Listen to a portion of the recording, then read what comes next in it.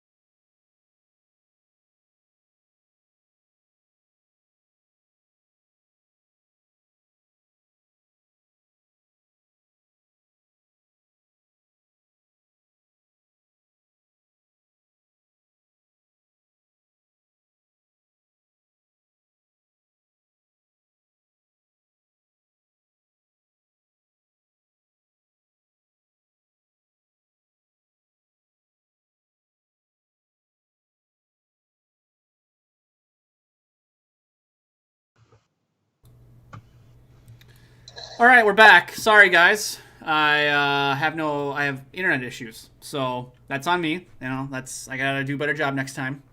Comcast, you really screwed me, so thanks a lot for that. Where were we? Let's talk. Should we talk Concacaf Champions League? Yeah, I think we just about hit the nail on the sure. head with the women's national team, so we can transition in. It's all right, Jake. We forgive your internet and yourself. All right, thank you. I appreciate that. That's really kind of you to be able to forgive me for that. So let's talk a little Concacaf Champions League. Justin, why don't you kind of take the reins here and walk us through the. Actually, no, I wanted Matthew Jasinic, and I'm not even sure if I'm saying his name right. I want to close with this because he had a question, and I told him we will ask this at the end of the segment because it didn't really relate to what we were talking about, and we were on a roll. He had asked, and again, I don't think he's even in this room, but I feel like we need to at least answer this question in case he comes back or finds his way back in here. He wanted to know best U.S. women's national team generation. I'm going to assume that it's like the 2019 team that won France. I don't know what you guys, my take on sports is that the current generation is the best generation. That's just my take on it. I'm not sure if you guys agree or not. I mean, JJ and I were kind of talking about the question while we were getting situated with the whole internet thing, and it's interesting with the women's national team because there's a lot of players on here that are still from the 2019 World Cup and even as far back as the 2015 World Cup. So as far as like deeming it a new generation, I think it's hard to do that because there are so many players from the quote unquote previous generation still in the team. Maybe by the end of the next World Cup or maybe a year before that or two, we'll have like the new generation kind of doing their thing. As far as whether it's the best generation of women's national team players, again, like JJ and I were kind of in agreement that like there just hasn't been enough repetition with those players in this new generation to kind of label them that or even like kind of start to assume that or kind of have those thoughts. So it's a tough question to assess like right now. But we might have our answer in a year or two. Unfortunately, we're just gonna have to wait on that. Personally, I think I'd take the 2015 team if I had to pick, just because of not historic, just because of the outright dominance they showed all the way to like the final game, against Japan. That wasn't a contest. That was a steamrolling. So I think if you had to pick the most outright dominant, the most outright brilliant World Cup, if you do generation as World Cup, I think I'd pick the 2015 team just because they were the most outright, win a game, win by a lot. And that was, just how it went. In 2019, it was a little more nervy. You had a very close contest against England. Honestly, you had a close contest against Spain. You had a close contest against France. And then you had a close contest with England. And the Netherlands was kind of a boring game overall. So, compare that to the U.S. Women's National Team carpet bombing Japan in 2015. 5 goals, Carly Lloyd hitting one from the downtown. That's the kind of game that I think really shows outright dominance. And that's the kind of game that the 2019 edition specifically didn't really have in the knockout stage. Well, there you have it. So, Matthew, again, I apologize we weren't able to ask your question in the other live chat, or other live stream, I should say. Hopefully you were here with us. So, there's the answer to your question. Eric joins and says that the 2015 team is the best to him. So, Eric, thanks for joining us tonight here as we jump over some obstacles as it relates to technical difficulties, the internet going down and stuff like that. So, all right, let's talk Champions League. Let's do that. All right, should we talk Champions League? Yeah, we're good to move it. Let's do it. Let's do some Champions League. All right, so we had the Concacaf Champions League draw. When was that? Last week? 2 weeks ago? It was recently, that's for sure. I think it was last week. Well, let's not let the facts get in the way of a good segment here. So we'll just say recently. Recently is a good timestamp there. It's recent enough to be relevant. Recent enough to be, and that's all that matters. As long as it's recent enough to be relevant, that's all we care about on this show. The matchups for your favorite MLS clubs: Portland Timbers will be taking on CD Marathon out of Honduras. Hope I'm saying that right. I'm going to be butchering a lot of these names here coming up here, so hang with me here, chat. Atlanta United will take on LD Alajuelense out of Costa Rica. Did I do that? Did I get that right? It was close. I heard Paul Tenorio pronounce it on his podcast with Sam Stejskal, because apparently this is his team from Costa Rica. But it was close. Isn't it all? It's all our team from Costa Rica. I've been a good Alajuelense, whatever the hell her name is, since the beginning of time. So almost as long as, yeah, anyway. I don't know I'm going with this bit anymore. Philadelphia Union will be taking on Saprissa, I can say that name, out of Costa Rica. The Columbus Crew will be taking on Real Esteli FC out of Nicaragua. And the winner of Toronto FC, Forge FC in the Canadian Cup will be taking on Club Leon out of Mexico. So, fellas, I'm looking at a bracket. Now, listeners, you're not looking at a bracket. Actually, I have a way you can look at a bracket here. Hold on a second. Wha-bam! There it is. You can now see the bracket on your screen. There it is. Yeah, this is our Google little spreadsheet here. So this is how we kind of dictate how the show goes. So we'll let you guys in on this little fun here. So, looking at this bracket, guys, what team of the MLS clubs has the best chance of advancing furthest through? I mean, to me, it looks like it has to be Union, Atlanta United, or Timbers. I just look at the top half of that bracket and just think, Crew have to go through Monterrey, Leon, and Cruz Azul. That just kind of seems like the Crew are facing a few buzzsaws there. Would you agree? Yeah, well, the Philadelphia Union may on paper face the easiest route, but they do have the critical flaw of the fact that they are the Philadelphia Union and will not make it past the second round as a result of that. Aside from that, I'd say on paper, if you ignore the opponents, Columbus would have the best shot. But, you look at who they'd have to face to get to the final, and it's a difficult bracket. There's a lot of Monterrey, Cruz Azul, Toronto, or Club Leon. There's a lot of teams in there that could beat you in a lot of different ways. So I think the bottom half of the bracket is where MLS would have their best shot. And I don't think it would be Atlanta, because Atlanta, if they're anything like they were last season, are not going to be making it very far against the best the continent has to offer. Portland has a rough round two.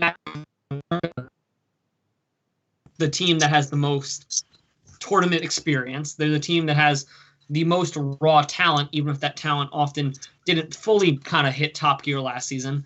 I think if I had to pick a team that was to perform in the Concacaf tournament, it would require them getting up to a top gear we didn't really see since the bubble in July, but I still think the Timbers would be that team. I agree with JJ with the Timbers, not because I keep siding with the Timbers. Every time we do some type of tournament preview or like season preview, I've always been a Timber stan, but I'd have to agree just because they do have that tournament experience. They have players that can make a difference, like Valeri, like Sebastian Blanco when he's back from injury. We saw Eric Williamson level up last season. We saw Jeremy Abobasi level up last season. They have Nia Skoda, who's a DP and sometimes comes in off the bench. And it's not because he's a bad DP. It's just because their front line is productive and efficient. And when he comes in, it's just when they need him to. Maybe the back line is a little suspect here and there, but they play in a very kind of rigid defensive shape to compensate for that. Looking at the bracket, they should be favorites over Marathon. And then after that, Club America's up next, most likely, unless Olympia somehow upsets them. If they can get past that second round, they're playing one of the Union Saprissa, Atlanta, and Alajuelense. Trying to do these accents. So you can't say it either. You can't say it either. It's hard when you're trying to say it quickly. But, in that semifinal, they're playing one of those four teams. And, like JJ said, if Atlanta are anything like they were last year, they're not going to make it far. If the Union's luck with tournaments goes the way it has been historically, they're not going to make it far.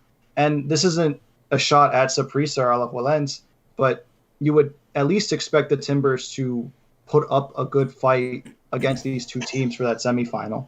So if I had to pick a team to make the final outright, it would be the Timbers. But I also wouldn't count the Crew out necessarily because they have a tougher road to the final. They added BWP in the offseason. They added Kevin Molino in the offseason. Like, there's clearly reinforcement being made to this already juggernaut of a squad that, when they go to these tournaments, they have players capable of rotating in and out of the lineup that can still perform at top gear. So that first round really shouldn't be an issue for them. They should get by that quickly. If they play Monterrey in the second round, I think it's going to be an awesome game. If they win that, that's phenomenal because then I think that really puts them in a good momentum to kind of take on, most likely Cruz Azul or Club Leon. And I think it's going to be Club Leon, in the semifinal there. I'm kind of scared for Toronto when they play Club Leon because they're in this phase now where they're almost trying to rediscover who they are as a team. Chris Armas is coming in as the new coach. Greg Manny left at the end of the last season. Michael Bradley and Josie Altidore are kind of on their last legs, and so are a lot of other players kind of that make up the core of that team. So whether people really want to admit it or not, that could be a really bad smack around for Toronto if Club Leon are in top form and Toronto don't find any sort of, competency in that matchup. But otherwise, I think, again, like last year, if last year was anything to go off of, this is another year where you could say, this could be a year where an MLS team kind of wins this Concacaf Champions League title, and they're all going to be hungry to want to be that first MLS team to do it. Yeah, and one thing here, Eric notes, Philadelphia dropping McKenzie and Aronson, that's going to be a big deal for them too, which kind of makes me think that they're probably open. I'm going to come on and say it. They're probably going to lose to Saprissa that opening round. Is that a hot take? Is that's a fair take? All right, I'm making fair takes. Yeah, we like making fair takes in the show. Not a bad team by any means either. They're going to competed in the past with some good. Saprissa's good. So I would say after Saprissa's the only other good club in the continent that's not based in Mexico or the U.S. So yeah. Again, I don't think that's a hot take. Maybe it's a hot take. I don't know. I'm not an expert of Central American soccer. I apologize, listeners. Okay. But I think the general consensus here is that Portland has the best path, or has the easiest path, if you will, at reaching the final. One thing I think that is worth noting, which I think, Justin, you kind of alluded to a little bit when talking about the Crew, let's not forget that LAFC, I believe, had to get through 3 Mexican sides to get to the final last year, if I remember correctly. So while it can be a little daunting, I mean, Crew were the best team in MLS last season. I mean, maybe they should get past Real Esteli, and at that point, I mean, it's Monterrey, and like you said, either Azul or Leon. There's probably very little chance that it's anybody else other than those two clubs. So, Steven Jodaran chimes in, New England Revolution. Come on, guys. Yeah, come on, Steven. You can't help yourself with your Boston sports. All right, so we're all in agreement. Gio Savarese is going to be the first manager to hoist the Concacaf Champions League trophy here when this bad boy is all said and done, right? If my luck from Orlando carries over, 100%. I guess my other question here, and listeners, all these games, MLS will be playing as the road team on the first leg. That'll be on April 6th through April 8th, and the returning legs will be played on April 13th through April 15th. Now, guys, quick question here. Is this one of the more weaker crops as it relates to MLS teams in CCL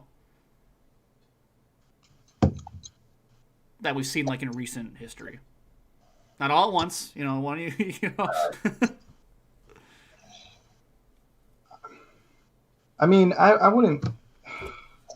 This is a very tough question, huh? It is, because I mean, we've had Montreal in the past be in the be one of the MLS representatives in the CCL, and they made it to a final one year. So like, even if crazy things happen in this tournament. But I would tend to lean on the side where I say yes, because there's a lot more question marks over these teams than I think previously. Like, again, Toronto, Union's lost but they lost two key players in Aronson and McKenzie. Atlanta is still in an identity crisis, even though they have a new coach. Atlanta's kind of booty right now. I'm going to say it. Atlanta's kind of booty. Yeah, and you can't necessarily expect them to be good right out the bat. That's an unreal expectation, but being Atlanta United and knowing their prestige in MLS, like, that is the expectation, unfortunately, for them. So maybe on paper it is, but I don't know. Crazier things have happened in the CCL. So we'll see if Toronto maybe turns things around, or Atlanta turns things around early, or maybe Forge FC question mark. Yeah, exactly. Forge FC caused an upset against Toronto, and they just. I think Toronto would have to field 11 traffic cones for that to happen, but it's the CCL. The brand is chaos. The brand is nonsense. If it was a tournament that Forge FC would manage to pull off, probably the greatest. I don't know what everyone else's opinions on this. I think of a team that has not been looking overly impressive in a league that hasn't been around for more than a year. Beat a perennial MLS powerhouse. I would consider that, at least in an MLS context, the greatest upset in recent memory. Like, could not be more of a mismatch, I think, on paper between Forge FC and Toronto FC. But, if that does happen, at least we get something to talk about on the podcast, because that will be quite the event. Yeah, I think that would be the worst case scenario for Toronto. Too. We are your foremost Canadian Cup podcast here. We just love the Canadian Cup. All right, should we move on? Yeah, let's keep it pushing. Let's talk a little MLS. Let's just keep it in MLS here. Again, these stupid emoji things on Skype. There we go. Maybe we should convert to Discord or Twitch, or not Twitch, Zoom or whatever. But anyway, Matthew, thanks for checking in. He says Columbus Crew will repeat. Well, let's hold on here. The season hasn't started yet. We're still 2 months or so away here before we make our predictions. We're not ready to proclaim that just yet. Let's talk a little Americans in MLS. Greg Seltzer of MLSsoccer.com posted earlier this week his top 10 Americans in MLS. Should we go in order from, I guess, would that be ascending? Yeah, I'll read it from 1 to 10. We'll do 10 to 1. You want to know the best to the worst, or the worst? The best. Yeah, thank you. Hold on, wait. Before you do that, I just want to say thank you to our Make Believe sponsor, Bud Light Seltzer here. I'm just going to crack that open. And all right, Justin, it's all yours. One day, Jake, we'll get the sponsorship. But starting at 10, he has Marky Delgado from Toronto. 9 is Jackson Yo from San Jose. Christian Roldan in Seattle. 7 is Jeremy Abobasi from Portland. 6 is Alejandro Bedoya from the Union. 5 is Matt Turner from New England. 4 is Darlington Nagbe from Columbus. 3 is Chris Mueller from Orlando. 2 is Jazzy Zardes from Columbus. And drumroll, number 1 is Walker Zimmerman from Nashville. My personal take on the list. You hate it. I've read the article, and like he kind of puts a disclaimer at the beginning saying like this is based on form and some players have been injured and this, that, and the other. What I totally respect. I mean, again, everybody's entitled to their own opinion and stuff. But even looking at the list of players that he put that were considered, I don't see how Delgado, Bedoya, and Abobasi and borderline Roldan make this list. I can make a good argument for the other 6, but those 4 specifically, I can't really get behind. I feel like Abobasi took a step up last season, but I wouldn't rank him as one of the top 10 best Americans in MLS. Nor would I put Marky Delgado there, especially considering Toronto finished well in the regular season, but they tailed off in the postseason, and they weren't necessarily playing particularly well because of him, so to speak.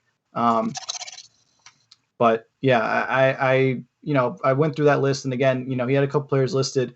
I don't see why Aaron Herrera wouldn't be on that list. RSL didn't have a great season, but him as an individual had a pretty solid season at right back. If you're going to put a player from San Jose there who has a USMNT camp, but his MLS team maybe didn't do great, Aaron Herrera is also capped by the USMNT, and his team didn't necessarily do great.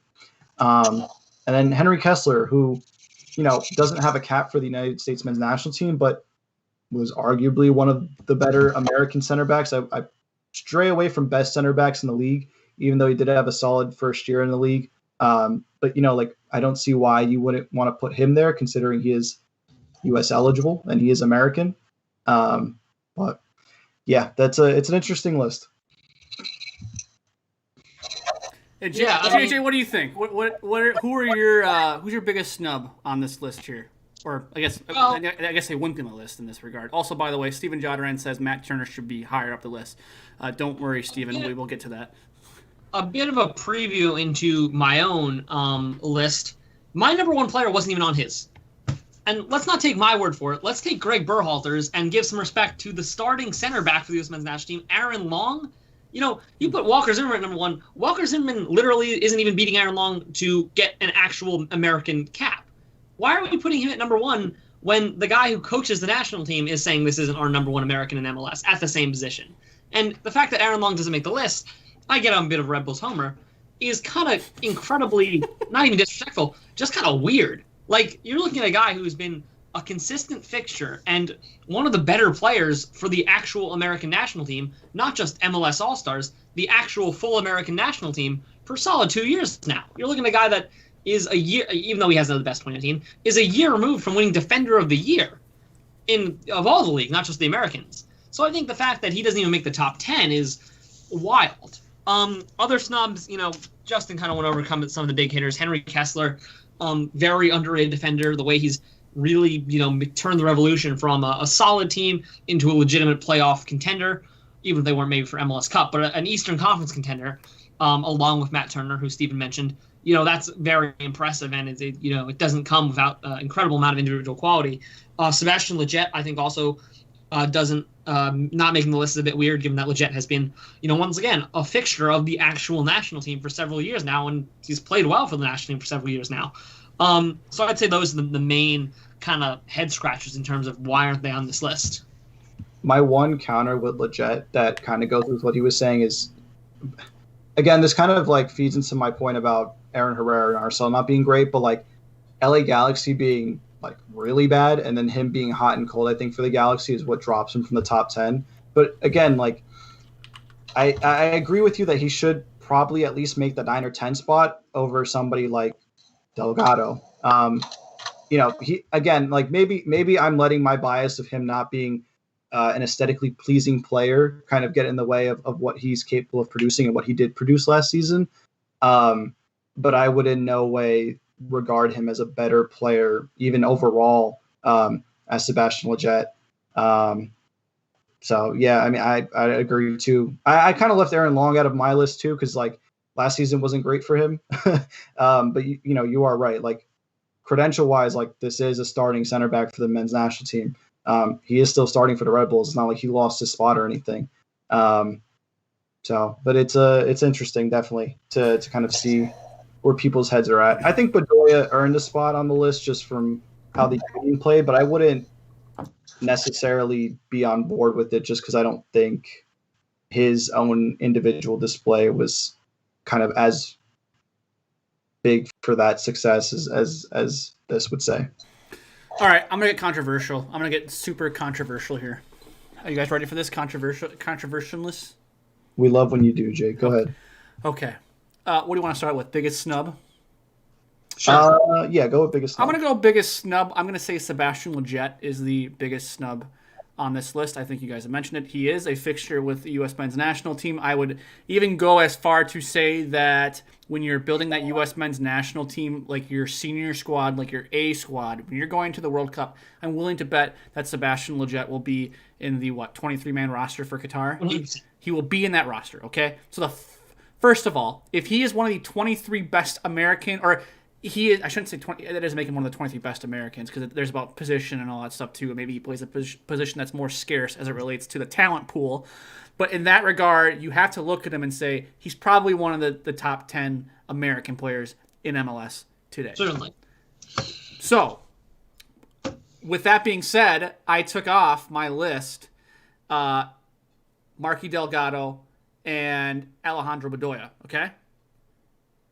Those are the two off my list. Now, so those are the two I think don't believe. Now, this is the most controversial one, okay? And this is something that I think you are both going to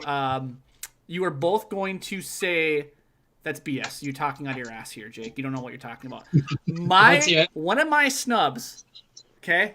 And I know why he wouldn't be on anyone's radar, okay? And I understand it. And I understand I'm going to sound like an idiot when I say this. I feel like I know where this is going. Where is this going? Can you tell me where this is going? Because I don't have my list on this Google Doc. You guys can't see it. I feel like you're definitely throwing out Chase Gasper at some point. No, I'm not even. Like it's a Minnesota United player. No, it's not. It's not actually. I'm not even a Chase Gasper fan. Actually, to be honest with you, I think he's actually very overrated. But you're close though. This is a guy who is linked to the national team. He was hurt all of last year, I believe. Well, that limits things. I'm lost though. I believe he was hurt most of last season. What's that? Did you say Iko Para? No, but I also considered him. Actually, he was the one Minnesota. Not. What's that? He opted out. He wasn't hurt, right? It's kind of murky. I think he opted out, but there was some injury. I don't know. Anyway, I went with Paxton Pomykal, actually. Ooh, that's an interesting pick. It's a hard pick. That I will say, I'm not going to say it's BS so much as it's very hard to justify. Yes, as we haven't seen him play actual soccer in probably about a year. But when he's on, he is undoubtedly one of the best American players in MLS. Also, on his day and when he's healthy, 100%. And I look, I didn't read the article. I read the ranking, so I don't know what was taken into consideration of health and all that stuff was taken into consideration and whatnot. I will say, if Steven Jodaran, if you're still listening, if you're still in the chat, if you're still watching, my number one ranked player, by the way, was Matt Turner. I ranked him number one. So, I have a question of my own. Do you consider Daryl Dike an MLS player? Given Okay, that he so is I was going to ask MLS you guys that question. Do you consider players out on loan who are technically signed to MLS contracts, but they're out on loan, right? Yeah. Because he Daryl deserves Dike's it, and on I think Jordan Morris also deserves to be. Now, hey, hopefully the knee heals up fast. I also think Jordan Morris probably should be on this list as well. Yeah, because I did my list with the assumption that if they're not in America right now for an MLS club, I didn't put them on the list. But then I kind of thought, like, actually, if I need to put both Jordan Morris and Daryl Dike on here, not only are they going high, but they're definitely pushing out certain people on this list that, are not as surefire of inclusions as, a guy like Daryl Dike or Jordan Morris. Paul Arriola probably is probably under consideration as well. Yeah, no, I think you have to be on an MLS roster as of today. Okay. If your team was to take field tomorrow, you would have to be able to be on that roster, which Jordan Morris. Should we get the actual list now? Sure. Should we just read off our rankings really quickly here before we wrap up the show? Sure. I'll start. I'll start. Okay. So should I go 10 to 1? Are we doing it that way? Sure. Yeah. Number 10, Paxton Pomykal. Number 9, Sebastian Lejet. 8, Jackson Ewell. 7, Christian Roldan. 6, Jeremy Obobisi. Did I say that wrong? I feel like you laughed like I said it wrong. I'm like, did I say it wrong? What the fuck? You're good. I just thought the pause was I dropped funny. an F-bomb. I've had a couple of too many Bud Lights now. 7, Christian. Oh, no, sorry, I'm 5. 5, Chris Mueller. 4, Darlington Nagbe. 3, Jossie Zardes. 2, Walker Zimmerman. 1, Matt Turner. And sorry, I didn't put Aaron Long on my rankings. Yeah, we can see that. How absolutely rude of you to do that. All right. Mine. And I cheated a bit, and I did write down 5-6 players that I thought that I did. Just a disclaimer: I'm not ignorant. I did consider XYZ players in case these players were your favorite. I did consider, and it'll kind of give a preview of my list: Jeremy Ebowisse, Herrera, Cole Bassett, Jackson Ewell, Christian Roldan, and Jesus Ferreira for my list. But starting with my list, number 10, I had Eric Williamson. Obviously, kind of a niche pick given that he's only had 1 year of real starting, consistency in MLS. But I do think he's been really impactful. Then went Henry Kessler at number 9, Sebastian Lejet at number 8, Sam Vines at number 7. We're going to keep on flying that flag. Darlington Nagbe at 5. Darlington Nagbe at 6. Apologies. Matt Turner at 5. Walker Zimmerman at 4. Chris Mueller at 3. Jossie Zardes at 2. And Aaron Long, the starting center back for the U.S. men's national team, the people's champ with the mullet, Aaron Long at number 1. I mean, yeah, I love that mullet so much. Great part of his personality. My list, as I kind of quickly scrambled to put it together because I just realized I actually didn't number them or put a list together. You're so unprepared. This was your idea. You're so unprepared. This is your own. You said, hey, let's talk about this, and you didn't even come prepared. This is like not even showing up to your own party. All right. But on my list, I've got Aaron Herrera, Sebastian Lejet, Sam Vines, Walker Zimmerman, Jackson Ewell, Aaron Long, Darlington Nagbe, Matt Turner, Chris Mueller, and Jossie Zardes from 10 to 1. I put Zardes up top because I still feel that he is in that picture for the starting 9 role. His goals back that for the national team. His goals back that for in MLS with Columbus. Whether you believe he's the starting striker, that's your own opinion. I don't necessarily think he's the starting striker. I just think he's still in the picture. I have Mueller, Turner, and Nagbe high up on the list. One, because Turner is arguably our starter, depending on which parts of Twitter you go to. I'm still on the fence of whether I want Stefan or him starting. I guess it kind of just depends on what you want your team to look like building out from the back or however you plan on playing. Mueller I have high up just because I think he adds a different kind of dimension on the wing, just in terms of kind of, he has like a scrappy kind of nature about him that I think is pretty useful on a winger. Nagbe, see, my thing with Nagbe was like, he's probably never going to play for the national team again. But if we're going to rank the best Americans in MLS, like this guy is probably 1 or 2 if he's playing for the national team. I think because he doesn't, and he probably won't, he's a little bit lower down my list. I have Long just below him. I have Ewell just below him. Long and Ewell. Long, he's our starting center back as of right now for the men's national team. I think he will be eclipsed relatively soon. And that's not to say because he's bad. I just think because the talent that we have coming through is going to be better. I have Ewell a little bit higher up the list too, because as of right now, it's Adams then Ewell on the 6 kind of depth chart. And yeah, they're 2 completely different players in terms of not Will Trapp. Not Will Trapp. Absolutely not. Remember the Will Trapp the tenure there for era? a bit? Yeah, he can't even Will Trapp era. On the MLS team. I don't even want him near the roster anymore. And that's no disrespect to him. We've moved on. That train's left the station. The problem is Will Trapp is just a slightly worse Jackson Ewell without passing range. Will Trapp next to Jan Grey Goose this year is going to be the Minnesota United wet dream. I'm just gonna say. I also feel bad for Will Trapp because he kind of got screwed. Columbus Crew was clearly his team. He was a Columbus boy, born and raised, clearly well loved by the fans. And then they just kind of traded him to Inter Miami, and he just hasn't been the same since. Obviously that shouldn't be a factor for his national team, but I do think it's kind of unfair the way that he really had a role in Columbus that was, clearly a city he loved and a position in a system that worked with him well. And Columbus, to their credit, has gotten better for getting rid of him. But for him personally, it does feel a bit unfair. Now, if I can give a scorching hot take based off something Justin said earlier, if I had to start a CONCACAF final against Mexico tomorrow, not only is Jossie Zardes my starter, I'm not even making it a close consideration between Josh Sargent or Daryl DK. Whoa. Don't want to start with all due respect to Josh Sargent, because I know he has talent. I cannot, in my most cold-hearted soccer frame of mind, give serious consideration to a striker that has 2 goals in the last year, compared to the one that has, in addition to scoring at a very good pace in a league that is, below, not that good, but he scores consistently. So form's word. But also, I think it hasn't been noted enough that Zardes has genuinely, it felt like we kind of forgot, because Zardes was once a young player who kind of stalled out. No one really noticed that in his prime he actually started improving. There are a lot of aspects of Zardes' game, even as he's in his late 20s, that he kind of, I wouldn't say randomly, but his development, either he's a late bloomer or just kind of randomly cropped up. Zardes got very good at holding up the ball. He got very good at making interchange passes.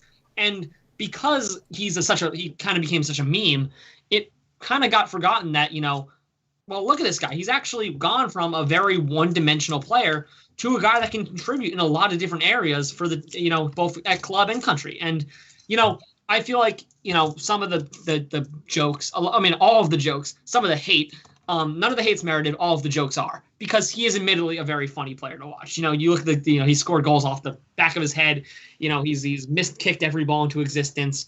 But among all the memes, I see a player that went from a stalled, burned out prospect that never actually turned out to a player that really found a situation that suited him in Columbus and drastically improved his career for the better from it.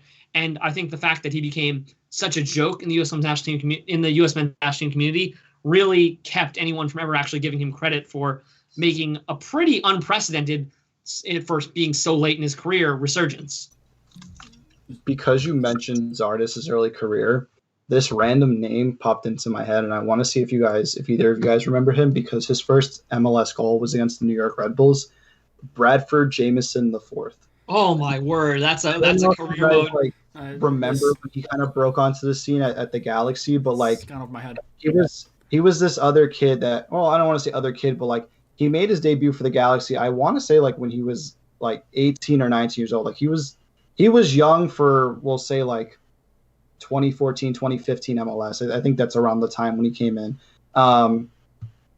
So he debuted, and I remember him kind of debuting, and then he scored a few goals in his first few games for LA.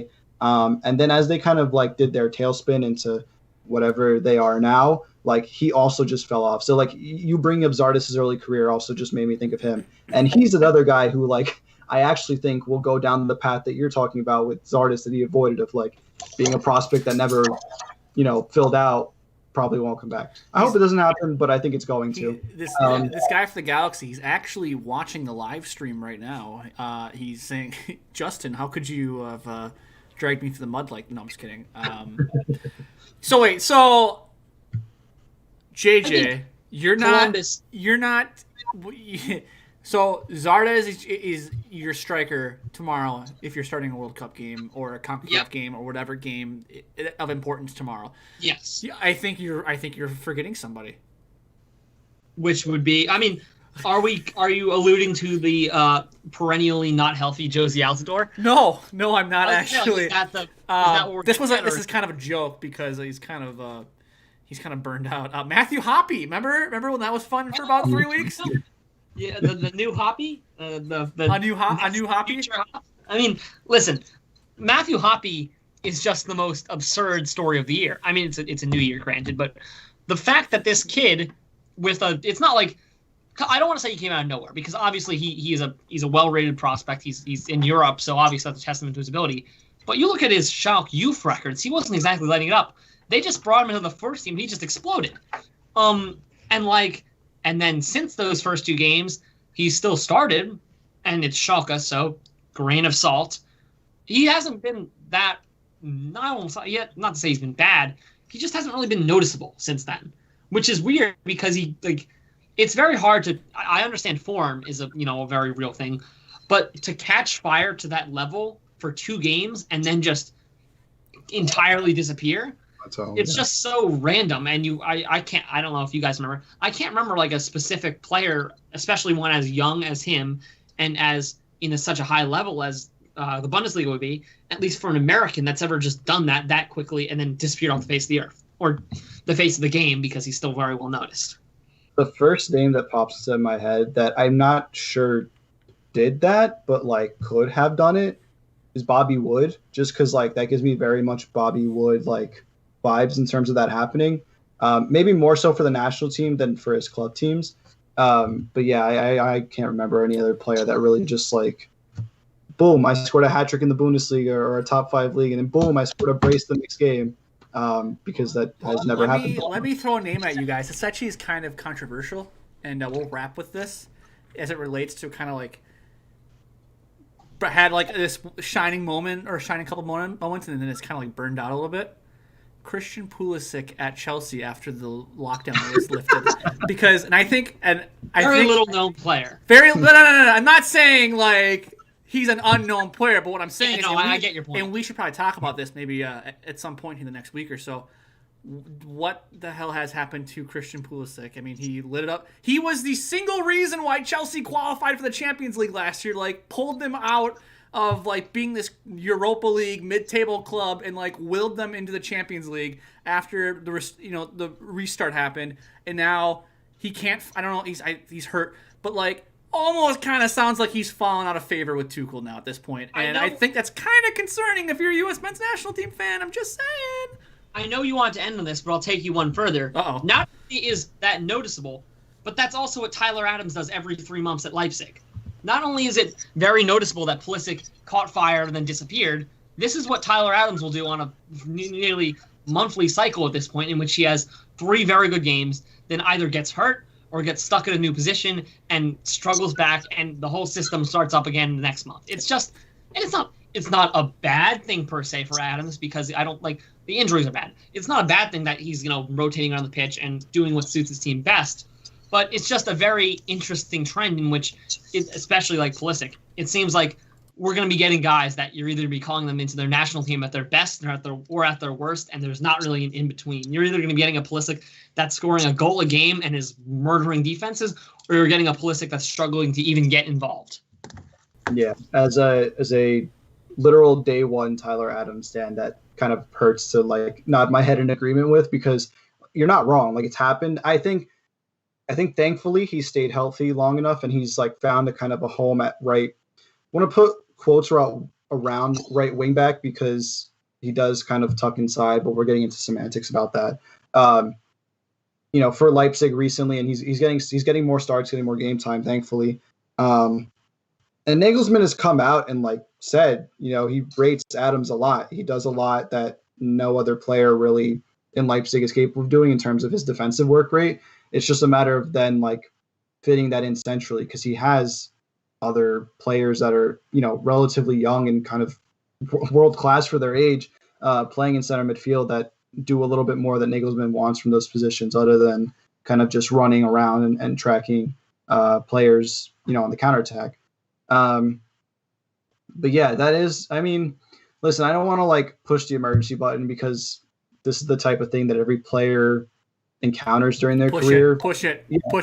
No, push like, it. It's gonna be a slump that players go through, and hopefully the early years of Leipzig was Adams' kind of introduction to that phase of his career, and maybe this is Pulisic's introduction to that phase of his career now. And whether he stays at Chelsea or moves on to another club to kind of find more minutes, that's on him. And as long as it helps him get out of this situation or progresses him in his career, I can't be upset about it. Like, I'll push the emergency button. I have no problem if you lose Chelsea. I get, it's not as cool for the I guess it's not as cool for the marketing if there's no American in the Premier League, but I would rather have a winger for my national team that is scoring 12 goals a season in consistent minutes than one that is on one of the biggest clubs in the world, but is struggling for form, is hot and cold. Wherever Pulisic can find consistency is where I want Christian Pulisic in terms of purely production for the national team. I get there's a million other things you have to consider, and Christian Pulisic, what he wants is more important than any of this. Purely from what I want from the national team, what I want from Christian Pulisic is a team that will play him often, a team that can keep him healthy because no team's figured that one out yet, and a team that will put him in the best position to, as a player, come into a USWNT national team confident and scoring goals. Because that's what we want here. We don't want a player that sells shirts. We want a player that wins us games. I don't know how. I apologize that we got to this point. I just thought that there was a little similarities there, and now we've gone down this Christian Pulisic rabbit hole. We should talk about this next Sunday. Listeners, we're gonna be back. Topic. What's that? It's a good topic. It is a good topic. I mean, he's the face of the national team. He's the face of the national team. It's the most subjective topic out there because you can't really base this off stats. It's just what are you looking for in a player? And there's no way you can quantify it with statistical production. It's just what do you think is best for him? And it's just an entirely opinion-based, and it's entirely, somewhat based in just your general feelings about teams. So, I mean, it's a very open conversation, I'd say, generally. Let's have this conversation next Sunday. Let's do it next Sunday. Listeners, that's it for today's show. We apologize. I apologize. It's not Justin or JJ's fault. It's my fault. My internet sucks. It crashed. It does this all the time. Make sure, if you can, I'm not sure how this whole thing works. I'm new to this. We're all new to this. I'm not sure how it works. Live show. I'm not sure if you can leave a comment after the fact, but leave a comment below. I think that's how this works. Again, not really active on YouTube. Make sure you like the show and smash that subscribe button. We're going to do this again next Sunday, hopefully at 7:30 Central Time or 8:30 Eastern, wherever the hell you are in the good old US of A. Hopefully, Steven will be back, and I'm going to tease this. It's going to happen. I don't know if it's going to happen in the next week. Uncle Sam Soccer Podcast reunion show. We lost JJ. Oh, then he's back. There he is. I had a sneeze. He had a sneeze. Well, they can see you sneeze. They just can't hear you sneeze. So I mean, I turned off my camera as well as my mic. Right, unless like your eyeballs pop out or something like that. Yeah, I guess I could see why you would turn your camera. I caught it just in time. I'm like, oh, that's coming. Mic off, camera off. But yeah, I'm teasing maybe a reunion show this week or next week. I don't know. We'll see. We're in talks with a former co-host of Uncle Sam Soccer Podcast. I think you can probably figure out who that is. But anyway, make sure you follow the show on Twitter at Uncle Sam Soccer Pod. Follow Justin Sosa at Justin Sosa 99. Follow JJ Post at JJ Post. Follow myself at Jake Watroba, and follow Steven Jodaran at Steven Jodaran. Again, make sure you like the video, leave a comment, smash the subscribe button. We would appreciate that. We'll be back next Sunday. Hopefully, by the way, we'll have some more team previews out this week. I'm not sure. On-air production meeting. Hopefully we'll have that. We'll see. We're trying to hammer those out for you guys. So anyway, I'm rambling here. So for Justin and JJ, I'm Jake. We will talk to you guys next time. Deuces.